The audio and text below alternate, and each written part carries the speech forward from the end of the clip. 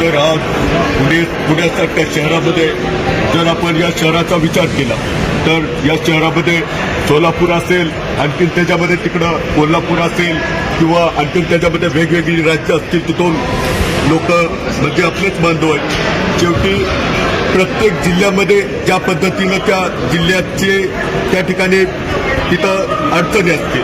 आता काही ठिकाणी कमी पाऊस पडतो.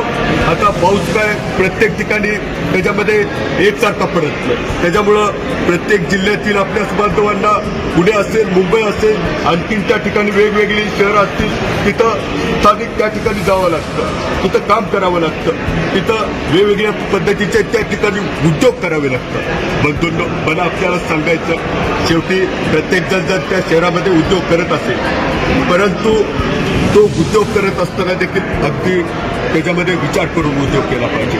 कारण आपण बघत असाल काही जण त्याच्यामध्ये लॉसमध्ये देखील गेलेले आपण बघितले.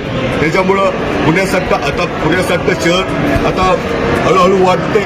आता आदरणीय रुपालीताई या ठिकाणी आहेत, त्यांना देखील माहिती आहे. शेवटी पुण्यासारख्या शहराचा विचार करत असताना आपण त्याच्यामध्ये हिंजवडी असेल, आणखीन त्याच्यामध्ये खराडी असेल किंवा अशा पद्धतीनं वेगवेगळ्या ठिकाणी IT पार्क देखील मोठ्या प्रमाणामध्ये त्या ठिकाणी आले. त्याच्यामुळं तिथं लोकांची भरघोस गर्दी देखील आपल्याला बघायला मिळते.